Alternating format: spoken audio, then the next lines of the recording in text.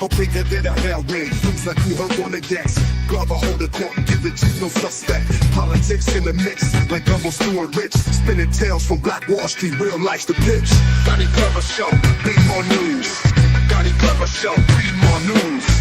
Donnie Glover Show, be more news. Donnie Glover Show, be more news. Business tips hotter than lava. Got that Midas touch. Stocks and blocks teaching youngins how to clutch. Ears to the concrete, finger on the pulse. Dropping wisdom like Homer, each word a joke. Donnie Glover Show, be more news. Donnie Glover Show, be more news. Donnie Glover Show, be more news. Donnie Glover Show, be more news. Walls painted black, history on lock. Blast off from Tulsa, rebirth like a clock. Markets rising from ashes to gains. Donnie the narrator, truth runs in veins. Donnie Glover Show, be more news. Donnie Glover Show, be more news. Donnie Glover Show, be more news. Donnie Glover Show, be more news.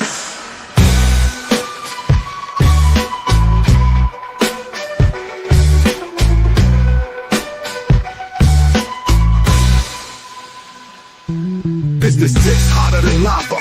Got that Midas touch. Stocks and blocks teaching youngins how to clutch. Ears to the concrete, finger on the pulse. Dropping wisdom like Homer, each word a joke.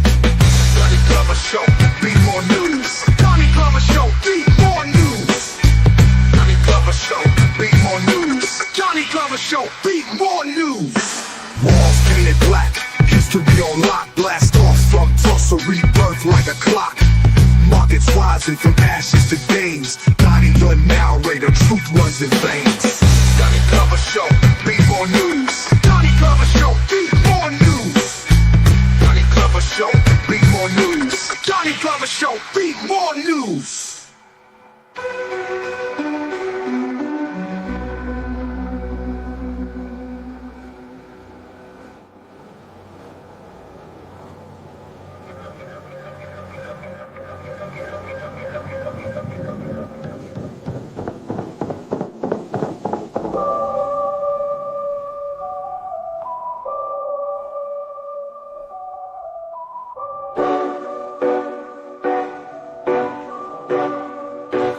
Glover Show, be more news.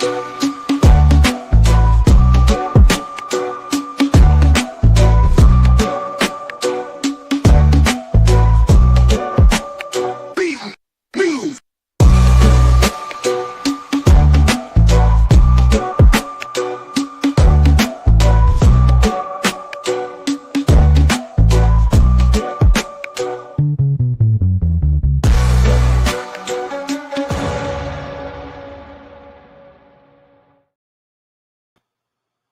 First name's Donnie, last name's Glover, in it to win it for the long haul. Baby, got my main apple scrapple. What's going on, cousin? Peace to the God. How you feeling? Watch this, watch this, watch this. Bang!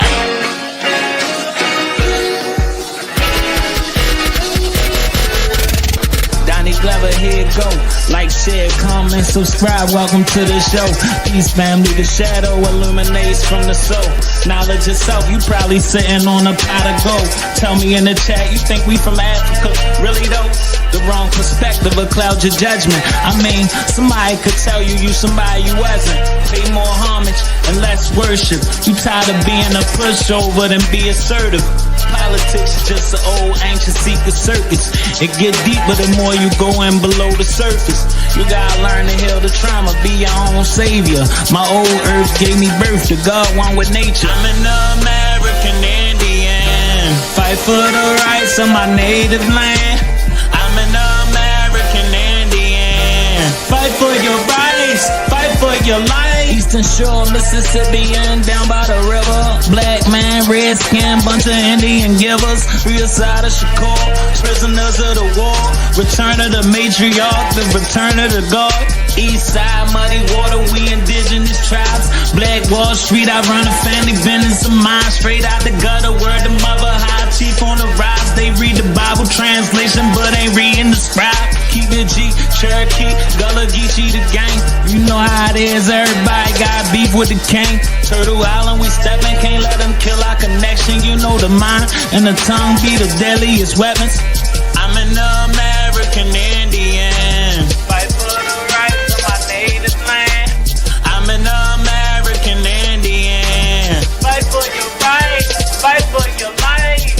am a real American. Fight for the rights of my native land. I am a real American. Fight for your rights, fight for your life.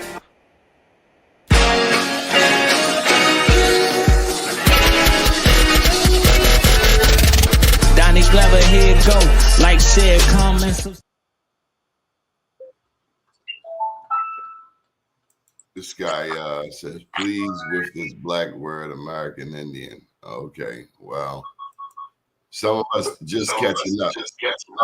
Hannah, you see that up there, Mafia?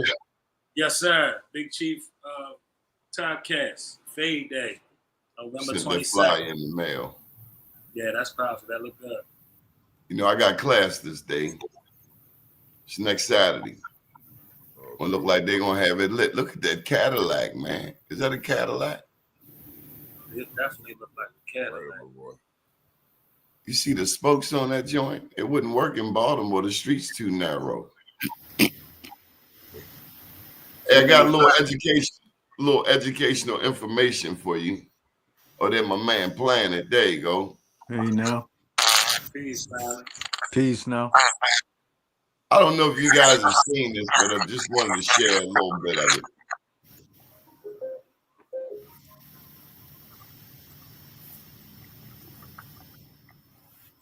So, what were Black Indians before they were Indians? Before being called Indians, the people now known as Black Indigenous or Aboriginal Americans often identified with their specific tribal names and affiliations, such as Yamasee, Washita, or Yamakra. These names were based on their own languages, cultures, and territories. The term Indian was a colonial misnomer imposed by European settlers. Remember, their identities were diverse and rich long before these labels. Can you tell me all of the Black Indian tribes? Sure, there are many tribes with Black Indigenous or Afro-Indigenous heritage. Some well-known ones include the Yamasee, Washita, Lumbee, and Seminole, especially the Black Seminoles. Other tribes with significant Black Indigenous populations or historical connections include the Cherokee Freedmen, Chickasaw, Choctaw, and Creek Freedmen. Each tribe has its unique history and cultural blend. Could you tell me how some of the tribes were sold to the Caribbean from the Southeast region, such as Mississippi and Louisiana? Sure. During the colonial period, many indigenous peoples from the Southeast, including those from Mississippi and Louisiana, were enslaved and transported to the Caribbean. This was part of the broader slave trade, where colonizers displaced people to various colonies for labor. Indigenous people were often captured during wars or raids, then sold into slavery. The Caribbean's demand for labor led to this forced migration. This movement created a blend of African, Indigenous, and European cultures, which can still be seen in Caribbean communities today. Besides the Caribbean, where else were those Black Indigenous people trafficked to? Besides the Caribbean, Black Indigenous peoples were also trafficked to various locations across North and South America, including the Gulf Coast, the Carolinas, Mexico, and Central America. They were often moved to labor on plantations, in mines, or as part of other colonial enterprises. This widespread trafficking contributed to the diverse Afro-Indigenous communities found throughout the Americas today. Some Black Indigenous peoples were also trafficked to Europe, particularly to places like Portugal and Spain. Additionally, some were sent to the west coast of Africa as part of the broader Atlantic trade networks. These movements created a complex web of cultural exchange and influenced diverse Afro-Indigenous communities across multiple continents. What do you think, gentlemen? Oh man, that's a powerful piece. We understand we definitely dealing with a lot of misnomers as far as an identity as how we identify ourselves.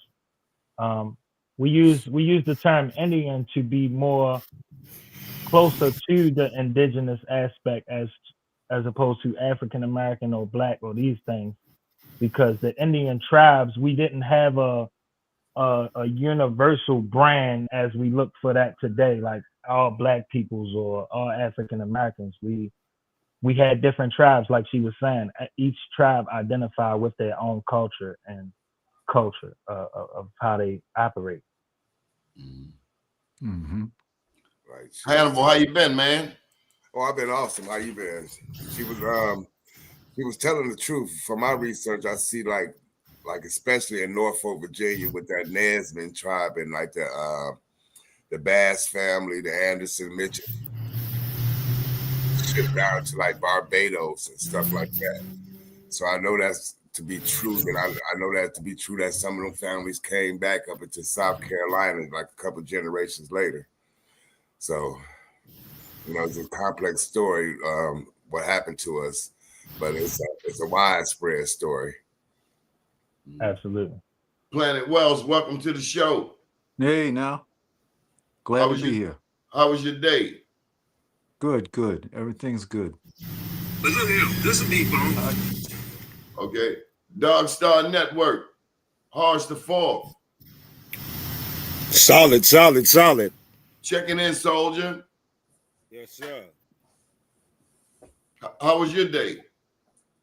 Oh man, it was all right, man. I don't have any complaints, man. Everything is everything. Government shutdown is over, they tell me. Huh? The shutdown is over. Is that right? 43 days, longest in history. Glad we get back to things. A lot of people was kind of happy, you know, not kind of worried about what was happening with the food stamps and things like that.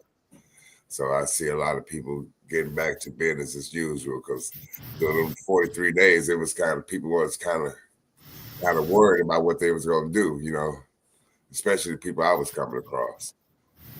Yeah, so I'm glad that things is back up and operational. You know, that's the second time I heard that word today, worry. I was taught that if you pray, why worry? And if you worry, why pray?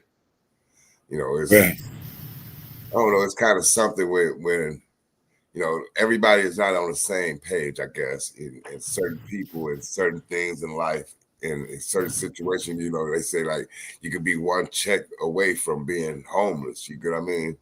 Hey, man, but our ancestors dealt with much harsher conditions than have we. Yeah, but I don't think we built like our ancestors is built. A lot of us not, but we need to get rebuilt. Right. Yeah. We don't choose to be built. Yeah, we don't choose.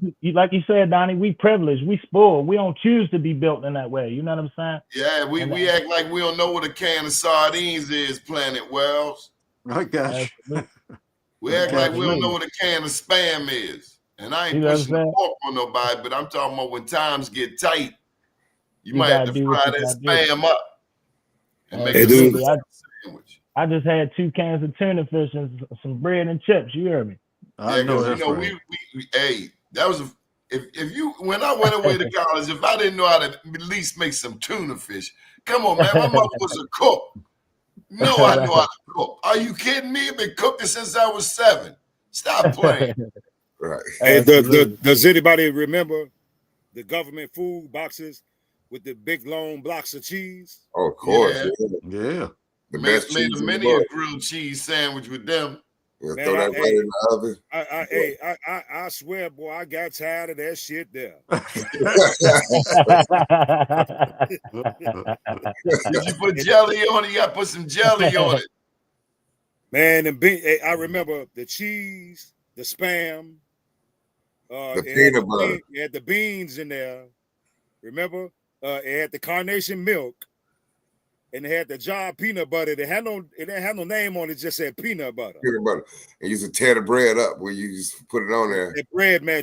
As soon as you take it out of the bag, you know it's shriveled down to look. Yeah, man. I hated that stuff, man. So cats come on here, and this is something. It goes right to what this comment about please with this black word. Listen.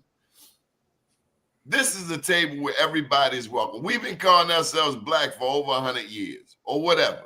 Negro, color. We're not getting caught up in the names. We understand American Indian. We understand that that's what most of the people that listen to this show want. We also understand that we have gone by black and Negro and African American. We really are not getting caught up on those small things. We talking about paying homage to our ancestors and remembering their struggle and what they taught us. They taught us how to make $5 stretch 2-3 days. Right. And maybe that means a bunch of oodles or noodles with an onion in it. Yeah, man. Or some hot dogs. I don't know, but let's not be so accomplished, so there, that we forget common sense. That's all I'm saying. Yeah, and or the fact that we speak in layman's terms as well. We speak in layman's terms. We all have a common knowledge that we can speak, and we know why we are here, so we can accept the layman's terms that we express. And my thing too is, and remember when I was saying it was Dr. Khalid Abdul Muhammad had gave a sermon, and he said the word damn, and after 4 hours, the lady walked up to him and said, "You said damn." And he said, "Man, out of all the stuff that I said, that's the only thing you heard." And there goes that childlike mentality. We know that the word American, this is not America. We know that we are not Indians, but just for layman, like the brother Mafia just said, we use those in layman terms. So I think that, you know, we should stop being so childish and petty, and let's get to the meat and potatoes of what need to be done instead of trying to correct, you know, people with this foolishness. Right. You out there, and I imagine you deliver food, Horace? Yeah, I deliver some of everything, brother. Yes, sir. Meat, sometimes beer, soup, you know, because I'm driving a reefer trailer. Yeah. So we thank you for delivering us those goods and products. And it's my pleasure to do so, brother. It's my pleasure to do so. I sure. In the big scheme of things, think about it. He delivers the products. Right, bring the food to us. Absolutely. What an important job. You ever tried the country when the truckers just say to hell with it, where the truckers go on strike? You see what they did the last time when the truckers tried to threaten the strike over in Canada, then they came over here. They hurried up and squashed that.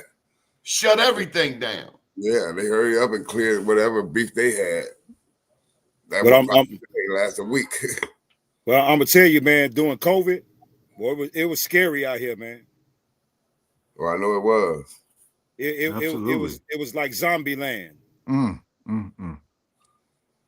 I believe it. Empty. Yeah. So another part to that is our grandmothers taught us how to eat off the land. Our grandmothers brought us concoctions. I don't know if y'all had one, but I had a grandmother. She had this when my mother gave it to me. You ever heard of rock candy?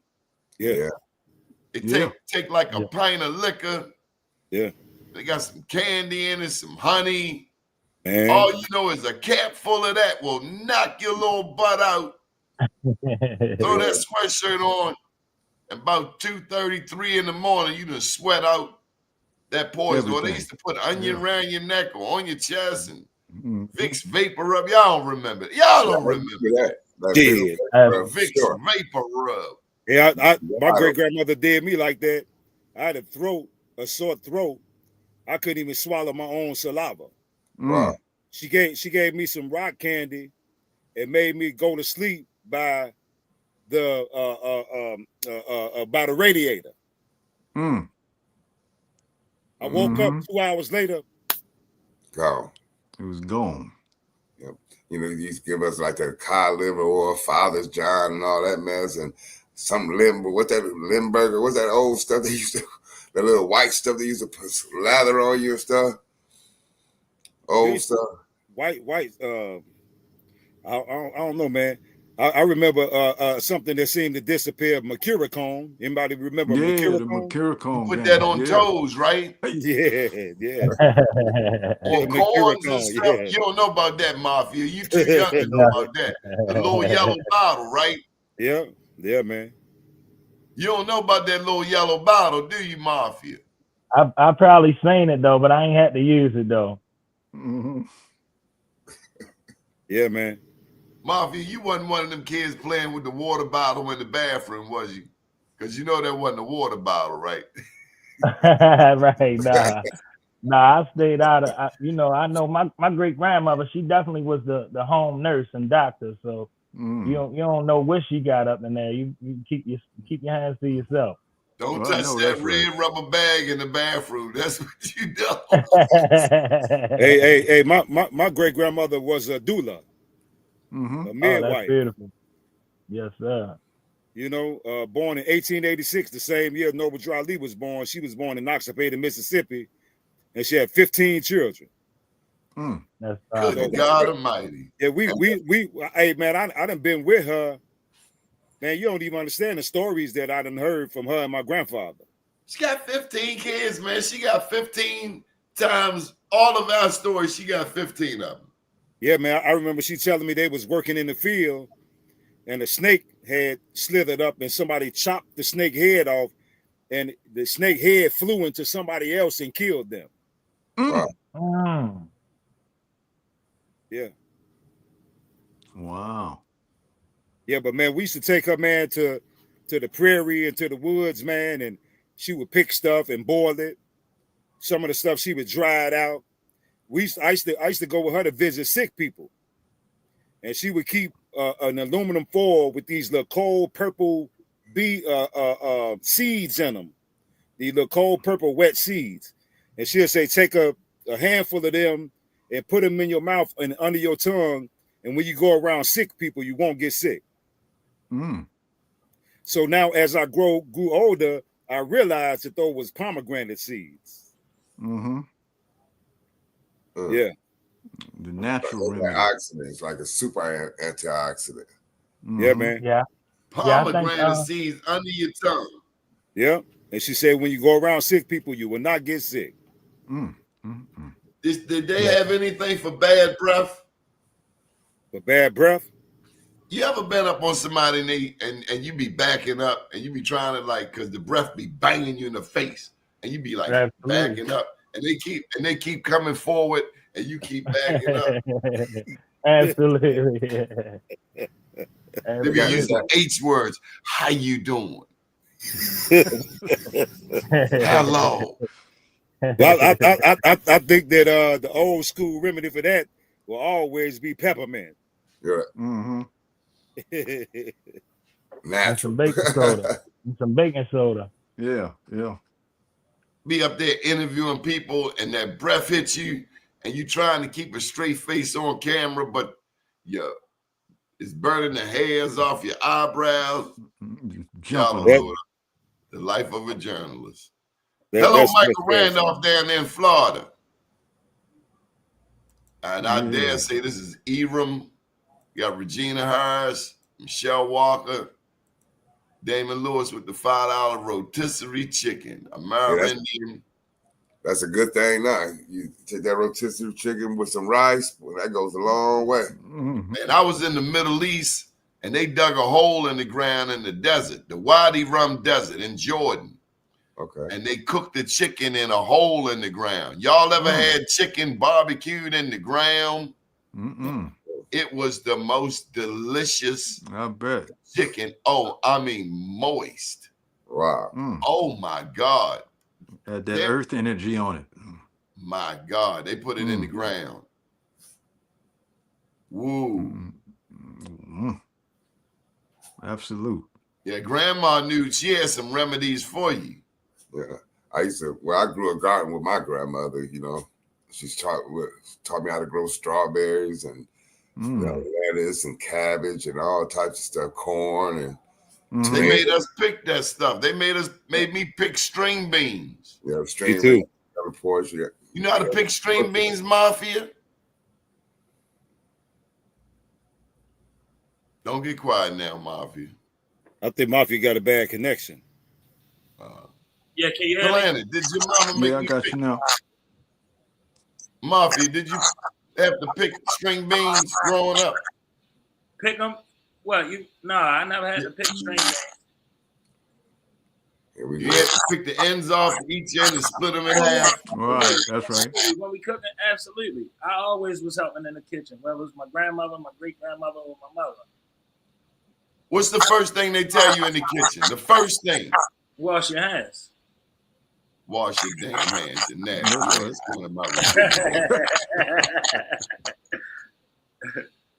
Absolutely. Wash your hands. Hey, what they tell you about the trash in the kitchen? Take it out. Yeah, take the trash out. You can't cook in a dirty kitchen. And what happened if you don't take the trash out and you go to sleep? The flies and maggots. You get Who got all that noise? He waking you up out your sleep if you ain't do what you're supposed to do. That's right. 2 o'clock in the morning. That's right. Whatever's clock in the morning. Anybody know who that is? I'm not for sure.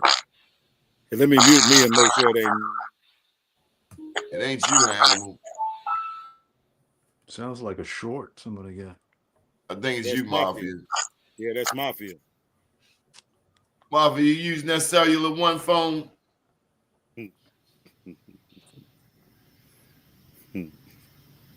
So, Hannibal, what's been going on in the private chat today? Well, we've just been doing a lot of genealogy research. Yeah, Mafia, that's loud noise. It's interrupting. You put that on mute. Yeah, we've been doing a lot of genealogy research today, like me and Planet. That's what we're working on right now. So Absolutely. I've been helping the fellas research their ancestry and break them brick walls and find some documentation. So that's what we've been doing.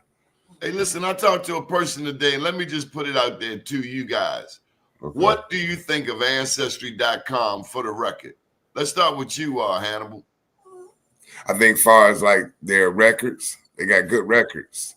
And I think if you understand what the DNA is about you, it's a good resource because it actually connects you with family. Like I said, I connect people that's been adopted to their original family. I connect people in my family to their birth fathers and stuff like that. So I know it's a fact. I know that this DNA is true. You know, maybe the ethnicities or what they say, the percentages may be kind of obscured or obscured is the word. But I know it's some facts behind this DNA. Do they identify any Native Americans? Oh, yeah, they do. Because I'm leery about that. Let me tell you why. We done talked about Walter Plecker, paper genocide, and them declassifying black people. Right. How would they know what tribe people belong to? Because I don't think they're that smart. They don't. They don't. This is where your comparative analysis come in, and you use the information from the documents that they have to look at what tribes come from these areas in the time where your ancestors and relatives lived in that area. So it's not a platform where you can go and find all the answers. You have to use the resources that they give to you to compare with the other information as far as in historical documents to find what tribe is in that area, what last names, who owned these people with these last names and such and so forth.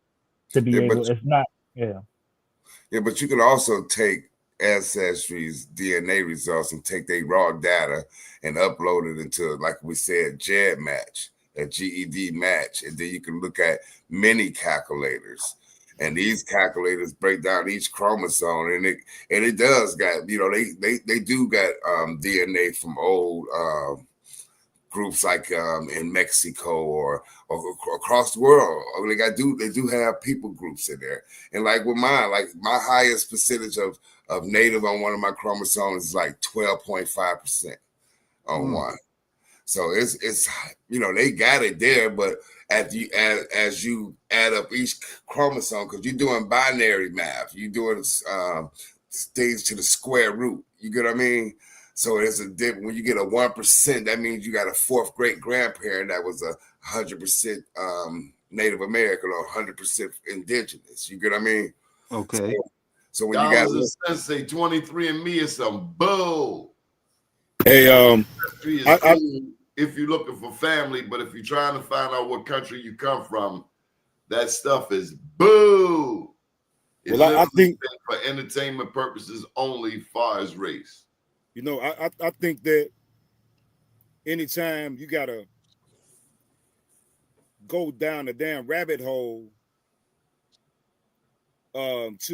instead of the information being straightforward, because they don't have a problem with telling you from Nigeria, you know, or Liberia or any of these other countries or Ireland or nothing. But when it comes to the Indian thing, you gotta go through, you know, all these different hoops to try to figure out what percentage is what.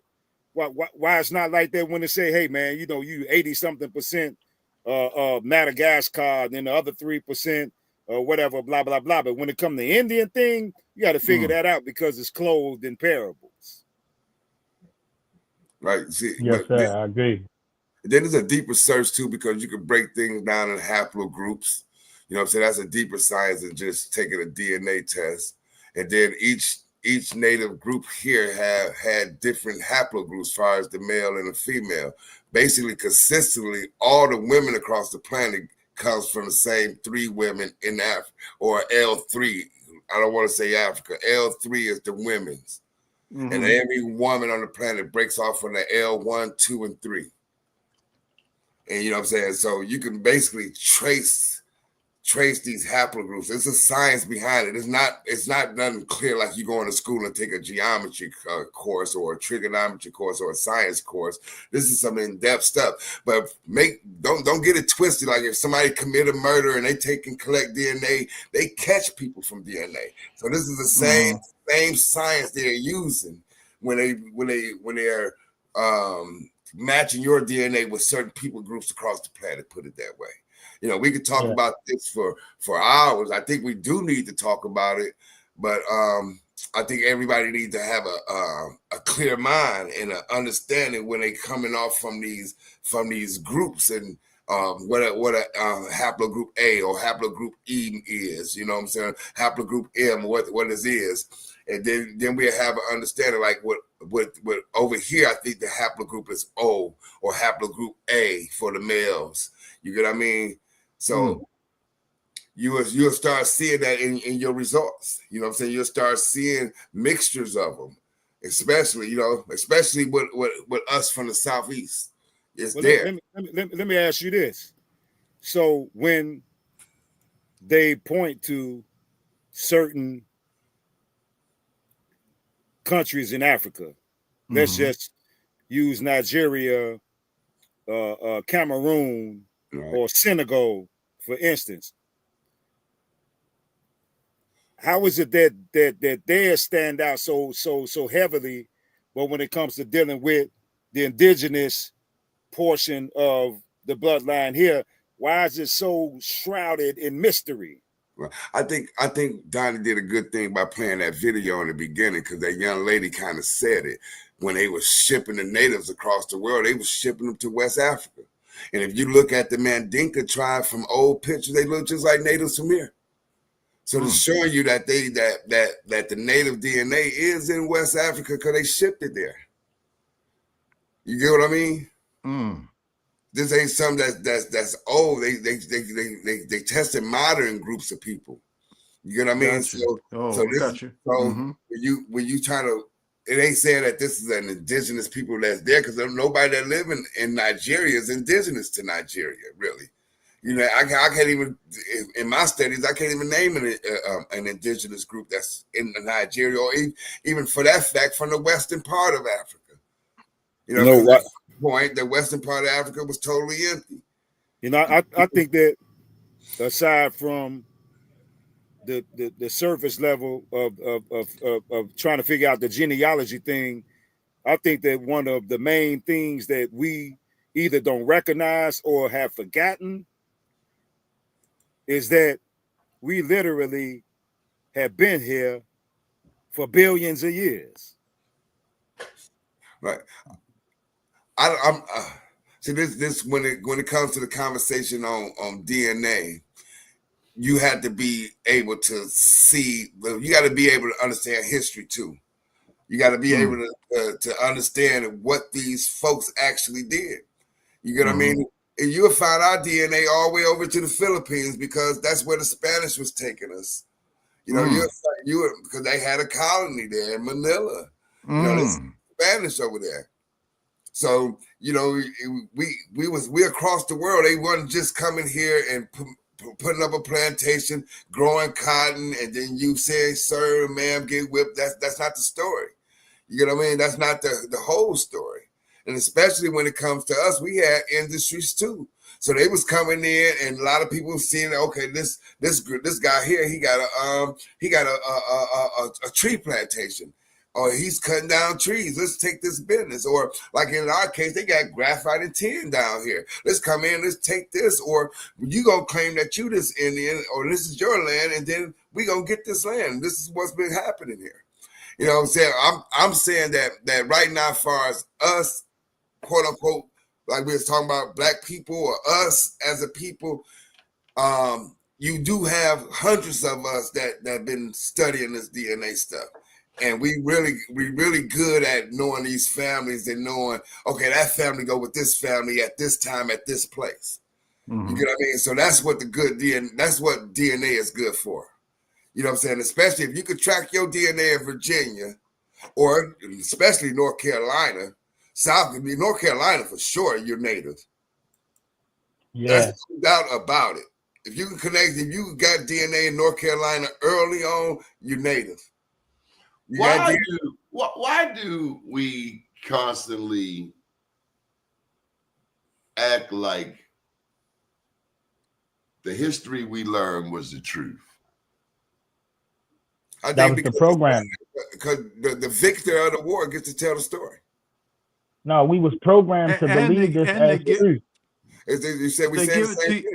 They give it to you when you 4 years old, 4, 5, 6 years in school. Old. You know what I'm saying? And then on top of the spirituality that they put behind this information to justify it. But not to say that it's not 100% truth, that is not no truth there. I'm saying it's truth there, but it's other stuff that's left out. Correct. You weren't told that it was black people on them or Moors on them ships that was just as mean as them. You weren't told that when we ran away, we ran across some tribes that was looking like us that sold us out. You ain't told them type of stories until you read them. You get what I mean? It wasn't hunky dory amongst us over here, even though we look the same. We was at war, and that's the reason why they came and conquered. Think about it. They divided and they conquered. We was at war with ourselves, like we in war with ourselves now. Think about it. You mean like the dude selling dope on my corner? Yeah, it's complex. Yeah, it's like the dude selling crack cocaine around the corner. Correct. It's deeper than that. I think it's the ones that think they done made it, or they done got a little money, and they live in this dream. It's them too. Right. Speak a certain way and all this kind, No, it's a collective thing. It's no one of us. It's all of us, and it's even the one that ain't. Paul Bunyan. Some of us believe we were always in America. Yes, and that they made slaves of people and sent them from here to Europe, to the Caribbean, and they sent people from here to Africa. Yeah. Not because they loved Africa, not because we loved Africa. They wanted us out of here. They wanted our land. Walter Plecker, when he declassified black people with that one-drop rule in Virginia, he took about $5 billion in today's money worth of land. Land. That's what a lot of this show is about, land. And then we got to look at his time. Can't remember when West Virginia came into play, but you got to look at the land in West Virginia and Kentucky as part of Virginia, because that was Virginia at one time too. Here you go, something more stupid. If you're a Black American, your African ancestors was here from failed Dutch, Portuguese, and Spanish settlements way before independence. Go do your homework, man. Go Go sit there. Go look up the Olmec heads. No, seriously, man. It's and that's another thing. Like how we say, it's a vast. You give these people too much credit. Yeah, like black it's people weren't already coming here, and that's what this is at the heart of this. Is that a lot of what we've been told is a damn lie. Well, that's the truth. They told our parents. They told our grandparents. A lot of the stuff they taught was a lie. Sunday school. Sunday school was just an important part of indoctrinating people to the Western system as was anything else. Sunday school. Everything was. Like I say, the golden child, the dragon lady told Eddie that they keep evil on all four sides at all times. So like I was telling someone earlier, hey, if they ain't get you with the education system, they got you with the church. If they ain't get you with the church, they got you with the politics. If they ain't get you with the politics, they got you with the food. Well, see, that's why I like Rosewood, because it showed in that movie when the preacher got a little too happy, Don Cheadle said, "All right, preacher." What'd he say, Hannibal? I can't remember. I remember the part of the movie, but I can't remember exactly what he said. All right, preacher, we done did enough praying. It's time to go to work. Yeah. But you see that he got busy with that sawed off. Yeah, he was about the only one that him and the other guy about the only one that had the heart to do it. You know what I'm saying? Thank they you, actually Damon fight Lewis. that. Please like and subscribe. Please like and subscribe. Yes. Thank you, Damon Lewis. Yeah, he was like enough of that, like Malcolm in the Window. Yeah. We got Martin, but we got Malcolm too. Yeah, when did Florida become a state? Like 1910, 1831. That was a territory though, right? Until 1831, Spain owned it. Right. Okay. And yes, I will say the Portuguese and the Spanish were all deep in South America, at least 100 years before the British came up this way and finally beat off the French. You know, at least from here, because the French took Canada, right, and New Orleans, and Oklahoma. A little street history. I know that you mentioned the Godfather the other day, and the Italian mafia, as tough as they may be, have been projected, to be this infallible, tough group of guys. Well, one history that hadn't been publicly shared with the people is that the vice lords was on the verge of taking the Italian mafia to war. Mm-hmm. And when the first time some black people had to step to them, they didn't want them problems, including here from Baltimore. Yeah, so what they did was they went to the United States government to come and play devil's advocate with some Slick Willie type stuff, and with some funding, and that old keep them calm type of thing. The same way they put Jesse Jackson and Al Sharpton out there, to try to keep the people calm. But yeah, man, the vice lords wasn't playing with them. So we talking about the travelers, the insanes, the conservatives, the renegades, the undertakers. See, anybody can get got. Anybody can get got. Yeah. So here's something for Paul Bunyan. One, I'm going to put the link in the chat because you got a lot of comments.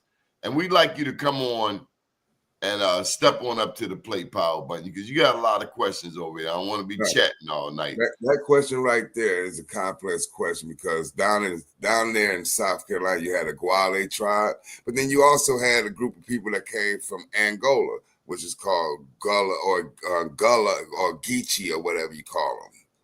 Two different pieces. It's Gullah and it's Geechee. Right. So to my understanding. So you down there, you had a tribe down there called Guale or Guale. Paul Bunyan, come on with the questions. You want a sidebar? Come on the show and let's do it proper because you're being a distraction. But if black people were indigenous all over the world, then why not here? That's my only question to the Afrocentrists. And I have a lot of Afrocentrism in me. But who's to say that there were not black people here all along? Can anybody prove that there weren't? Can anybody? The writing is on the wall, man. Anybody who still is confused about there being black people here, where with black people everywhere else, they just choose to be delusional. Yeah, it's a choice at this point, just to go against the grain, to remain indoctrinated without entertaining the possibility or the truth. But I mean, we're talking about an entire planet that was nothing but black at once upon a time, until the invention of a hybrid race of albinos. So now we don't realize that, then some of those people they don't even need to be communicated with, because they ain't nothing but they in the way, so to speak. Absolutely. It's a distracting narrative to keep the information going, because as people who are confused that want to know more or want to have more clarity as far as in what the situation details, it's still people who pushing the same agenda that goes against the information that we are uncovering and rediscovering. Right. And that's intentional. It's like making sense of it all. You get what I mean? You told one narrative, then you find out something else, and then you got to make sense of it all. Right. You had your moment when it's kind of confusing, then you got to move and make steps ahead. That's what we're doing now. So we making sense of all the garbage that had happened for 400 something years. We talking about 8-9 lifetimes that happened before us. You get what I mean? To make sense of it all, to move forward now. So, but I'm thinking we're doing a damn good job at it. Hey, does anybody remember? Does anybody remember the food pyramid? Yeah, I remember that. Mm-hmm. The only thing that they was right about was the only thing that they was right about was the vegetables. Right. Everything else is poison. Yep, you see what I'm saying? So now milk, a person raised a very good question, like, how can you trust the food pyramid coming from somebody that don't know how to build pyramids? Or don't know agriculture, because if the earth is their enemy and we are a natural people to the earth, then everything they doing is to oppose us, is in opposition. Was George Washington Carver not the master? Yeah. I mean? Anybody driving a car right now is looking at his patent, either the dashboards, the whole side of the car, all that material right there. That's George Washington. He also gave Henry Ford the idea of the auto manufacturing plant. Yeah, I live not that far from that first plant. My mother lived right around the street. We can walk from that first plant. It's a grocery store now. They got the old plant. Then it's a grocery store made inside the old plant. That's the where they made the first Model T at. Did y'all know that a black man made a car in America? Yep. Yeah, absolutely. Hey, the neighborhood that I was raised in is called Pullman, and Obama and them poured all these millions of dollars into this old building, man. That's about 3 blocks long. That sits right on 111th in Cottage Grove, and I just recently found out that Pullman was a brother. Did you talk about he was Pullman Porters? Huh? You talking about Pullman Porters? Pullman Porter. Yeah, exactly. Mm-hmm. And he was building cars, and the American government came and shut him down and persecuted him, and now they want to immortalize his warehouse, you know what I mean, where you got all these groups of people coming and skinning and grinning to something that they destroyed. Yeah, man, skin and grin, a bunch of moonshine, and you know what I'm saying? Yeah, man. I want y'all to meet Patterson. Yeah, man. This is Patterson. This is the first black man to build a car in America. The Patterson family. Wow. We built everything, man. Come on, everything. Now. Everything. We true to this, not new to this. We've been inventing the refrigerated truck, the elevator, the ironing board, the filament for the light bulb, the traffic light, gas mask, ice cream. Yeah, the engine in the caboose for the trains on the tracks. Everything, man. We there's nothing that we didn't build. Well, the Pope said that what's his name? Alexander the Sixth, I think it was. He said that all of this, you know, was because the people weren't Christian, and so it was theirs. So when the Pope, this is Christopher Columbus's Pope. We call it the papal, where they made that papal Yeah, bull. there you go. Yeah, he Yeah, said, the doctrine of discovery. Yeah, yeah. they So put that, whatever was here, was theirs, right? Because only the savages was making, they didn't know, they didn't have Christianity. and that's So I think the savages, yeah, and this is the same doctrine that is going down. It ain't never left. Is that reason why they called the other ones civilized? Because they understood that style? Because a lot of them, some of them accepted Christianity. Yeah. And I'll be good. Yeah. Yeah.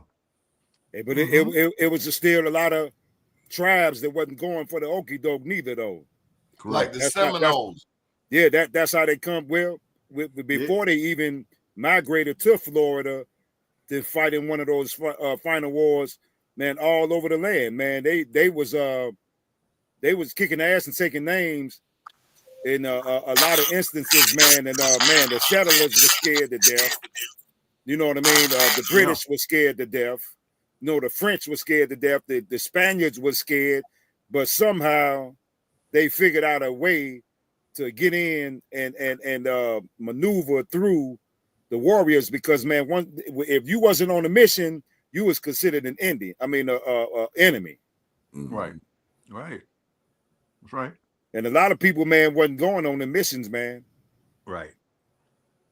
Yeah. Wow. But that's the seed. That's the seed of removing us from history. That's the source of it. Ain't nobody. They ain't left that. But they do that, then they incorporate themselves. They always put themselves as certain people groups. They if you notice white folks, they'll be an African, or they'll be somebody from the Middle East. They'll be anybody. Anybody. You know what I mean? So I just want to know why people go and get a suntan, why they go puff up their lips, why they go shoot stuff in their butt to look black, but don't like black people. I just want somebody to answer that. If you don't like me, why do you try to look like me? Well, like I said previously, they were always coerced into not liking us. See, if we'd have been holding their hand from the inception of them being created, they wouldn't have turned out like that. But we can thank the United States government and their constituents for putting that seed into their heads to not like us. But they always will envy us, man, regardless to whether they hated us or not. But that's also people that don't like themselves. Like the lady who got prayer taken out of school. Don't you want to go dig her up and kick her ass? They say they took prayer out of the schools. Now the penitentiaries are filled. They got to build new prisons. This country is so addicted to incarcerating people. It's good money. To have 1 in 4 of the incarcerated people, that's not enough. Yeah. They want more. That's why King Randall is so important. Yeah, the young man died. You said that he down in Texas, right? No, he's in Georgia. Georgia. I think Albany, Georgia, if I'm not mistaken. Is that the young man? He got his own farm. I think I've seen a video of him. He got his own farm. His own school and everything. And right now, he probably number about 25, man. Hey, shout out to that brother King Randall, man. Mm-hmm. Yeah. It's funny that they give him. It's funny they give like $30,000 a year for a prisoner instead of giving that to the person and keeping them out of prison. No, that's how they are. Right. They want us locked up. And see a lot, and the vast majority of these prisons are built on top of mounds or ancient pyramids or energy centers where they're siphoning the energy of the people. See that 3/5 human clause, as I was explaining to somebody earlier, where it said it took 3 of us to make, how did it go? 5 of us to make 3 of them. You know, that's a lie, because it takes 100 of them to make 1 of us. All right, don't get too deep, Oz. You don't want to scare him off. Yeah, okay. Your man King Randall. Yeah, that's their brother right there, man. And he tell the people what kind of work he's doing down there again. Well, he got the young guys, you know, the young boys, man. I don't know the age groups, but I'm assuming, you know, preteens and teenagers. And he take them and put them on his wing. Some of them he adopt them, but he teaches them trades, economics, farming. I mean, anything that it takes to be self-sufficient without handouts from a democracy or a fake democracy. So let me say this. You just mentioned handouts. I saw on social media Black farmers reaching out to people saying, we got you through the SNAP thing. Yeah, I didn't see that. Did anybody else see that? No. Absolutely. But did anybody know that Coca-Cola wouldn't even allow Black farmers to get into, even though they were growing the corn and the potatoes to produce the sugars or what have you for Coca-Cola? Coca-Cola said no. Also, John Deere wouldn't even issue equipment to those Black farmers to farm so they can become successful in their endeavors, man. So anybody who thinks that, man, these people ain't against the people of the land, man, they sadly mistaken. Yeah. Disenfranchisement is definitely a tool that's been used over the generations. Yeah.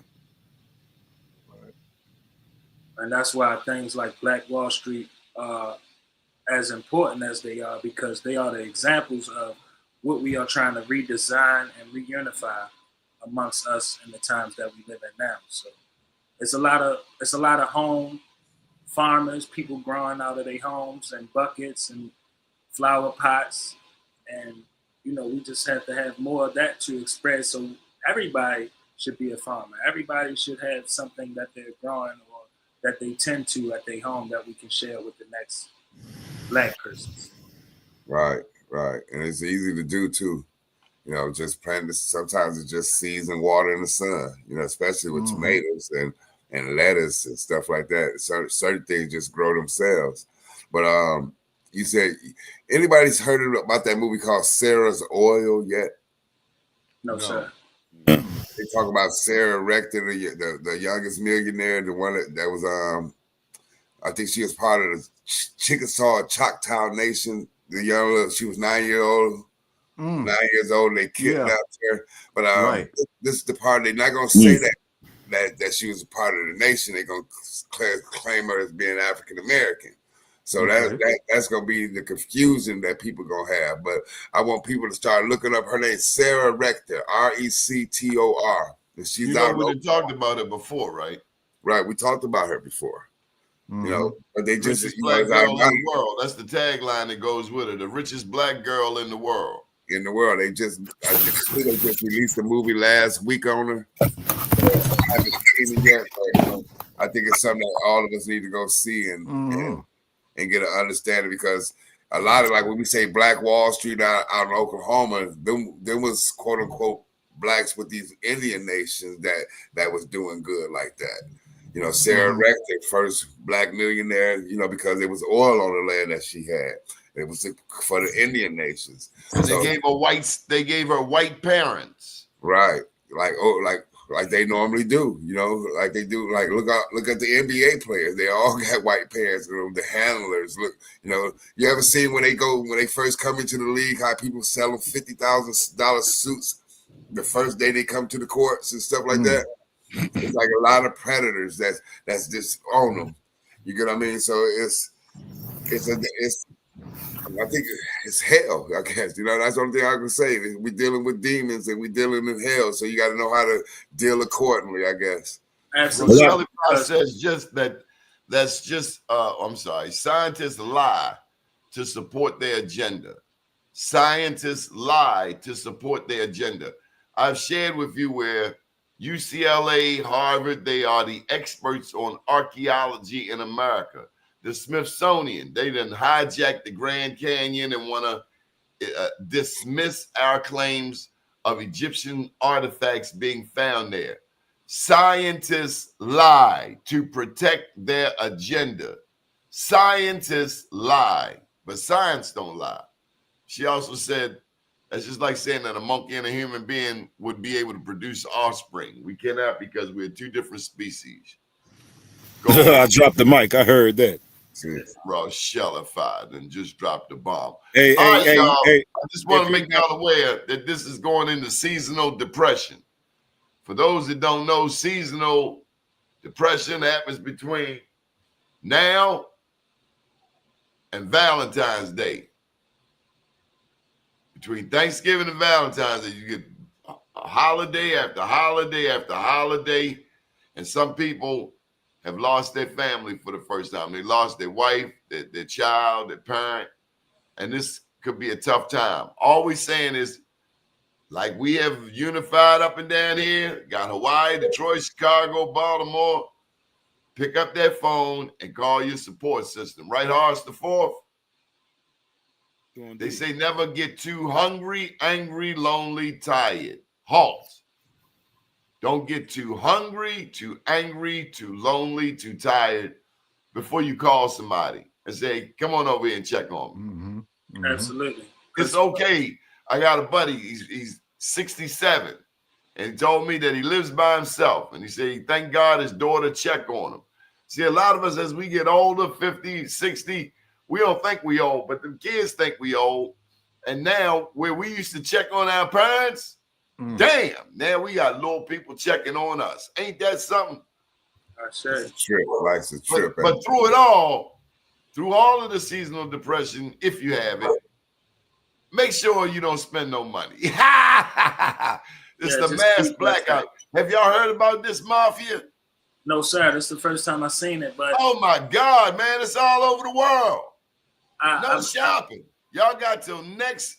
Y'all got. Hey, if you don't get it before next week, forget about it.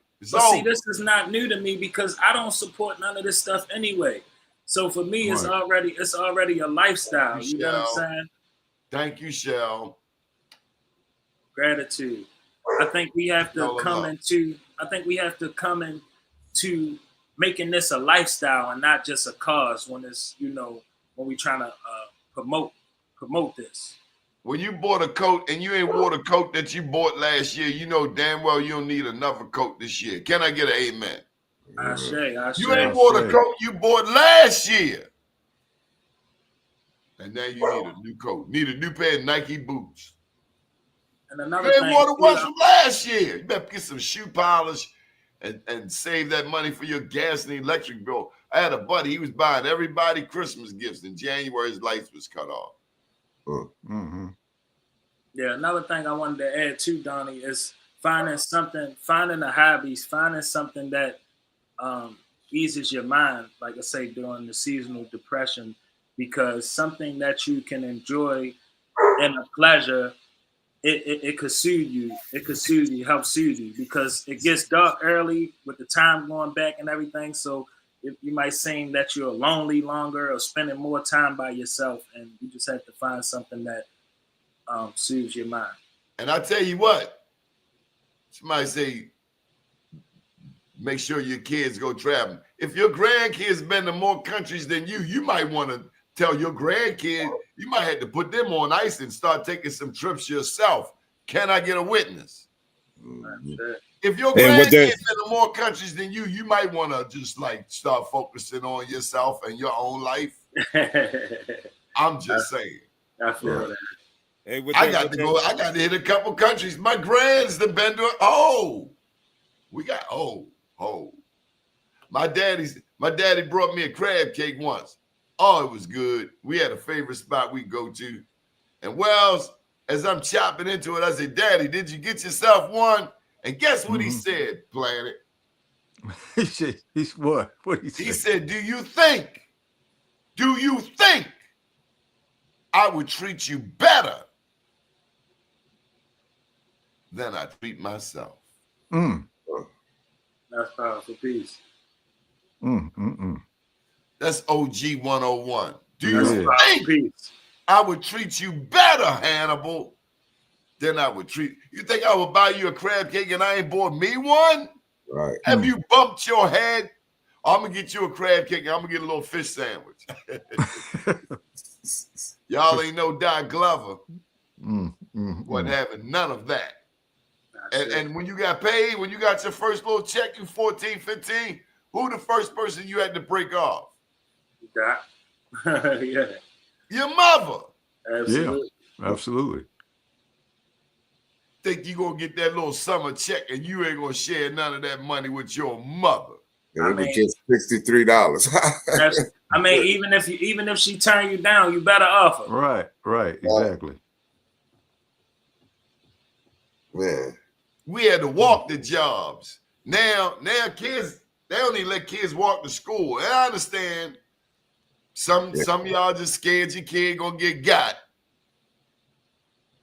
It's dangerous. You know, it's bad. You know, I was saying that go down to Detroit, you don't see no kids walking nowhere. Yeah.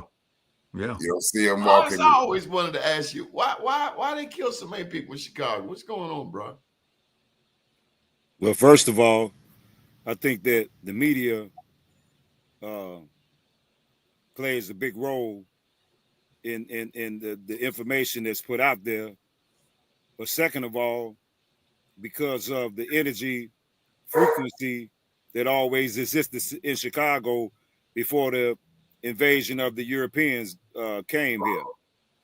So the tribes up there, they manipulated them to fight each other because they knew that if they hadn't have done that, we'd have ended up leading the charge to kick some ass.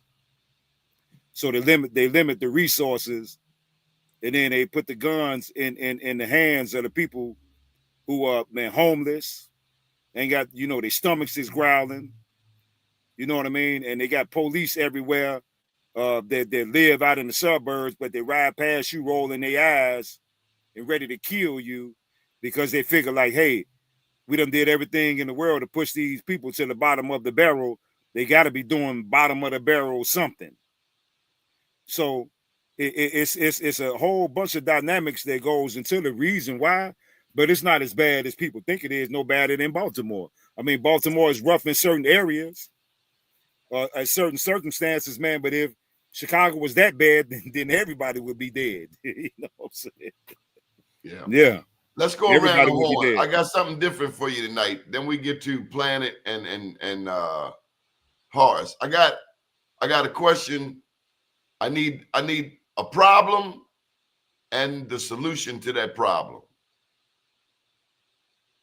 Okay. The problem and the solution to that problem. Okay. Are you talking to me, brother? Everybody. Okay. I would say the problem of our choosing, right? So I would say the problem with understanding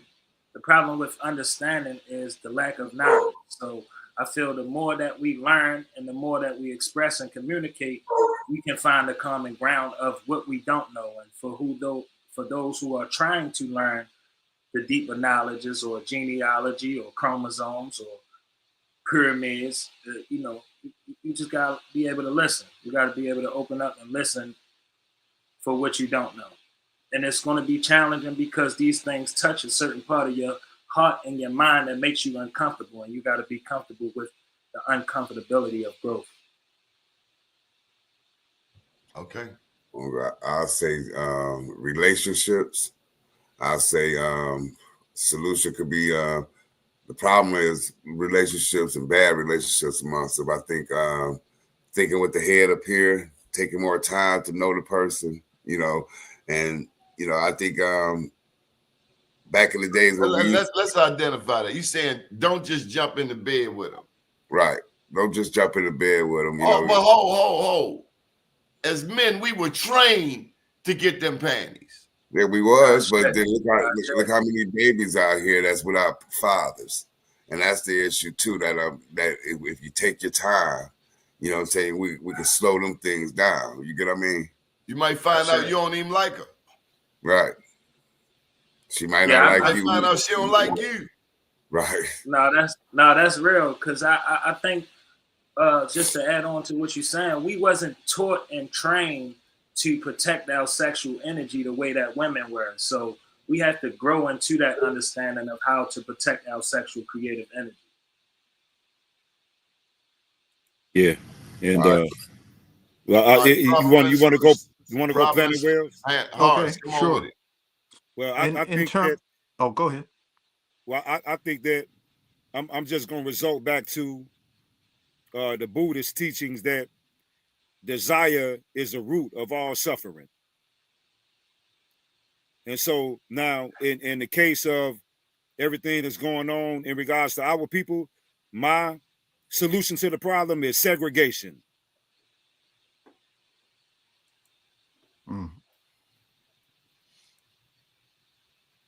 Gotcha. Well, we did better off under segregation.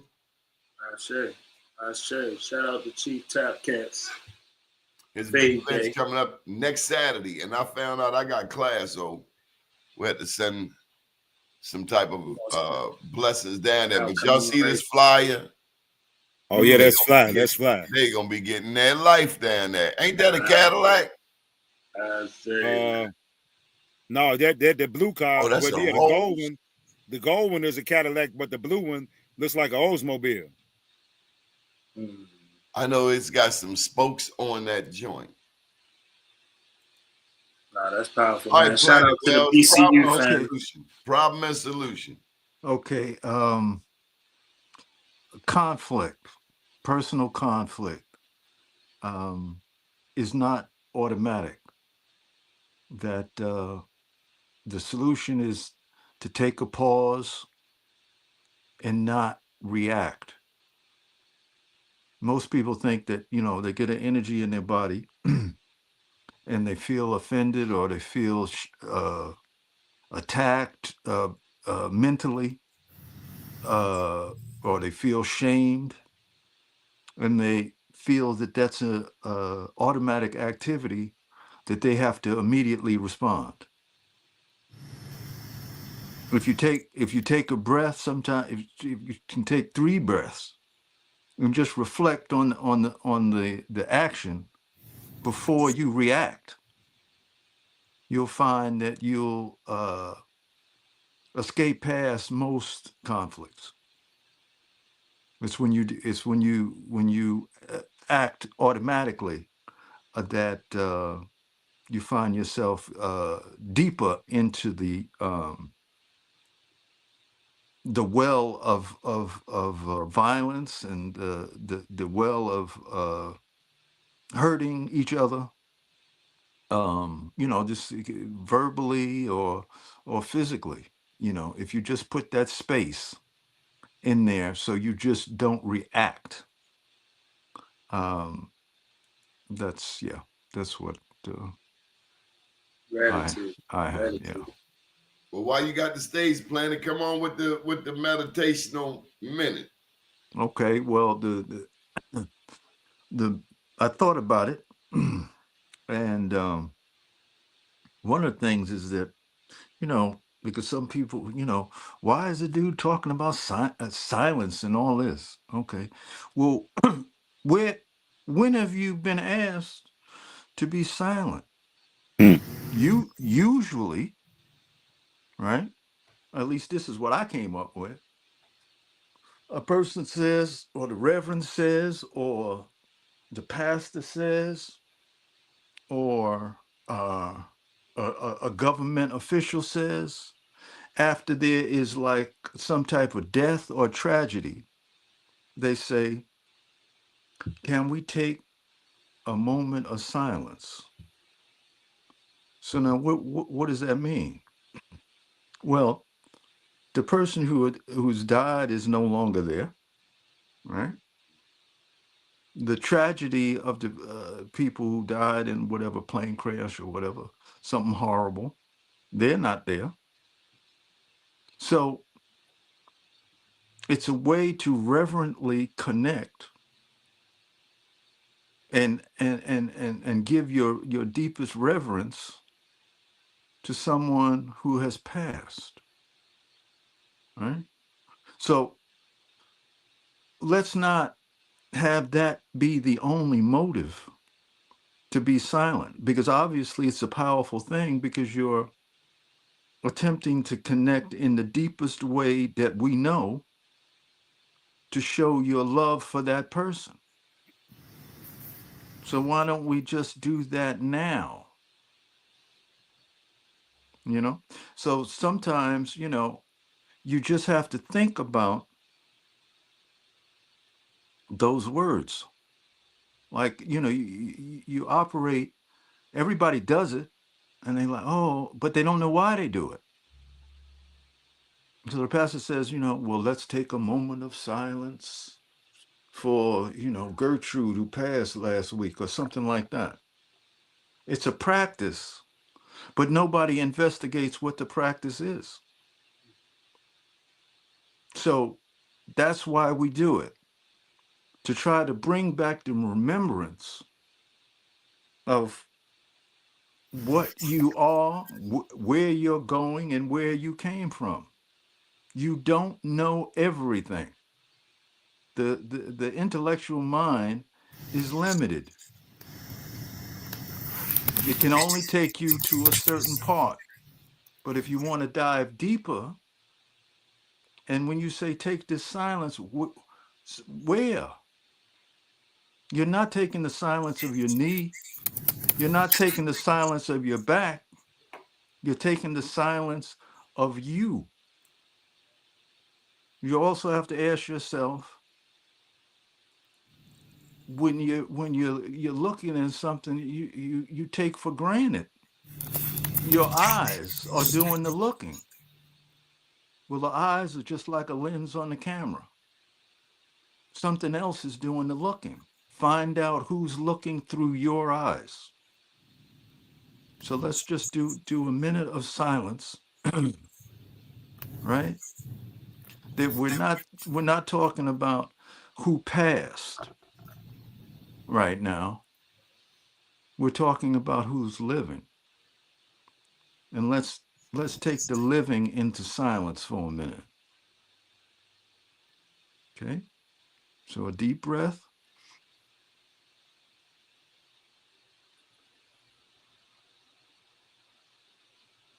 We're just going to rest for a minute. Shut everything down.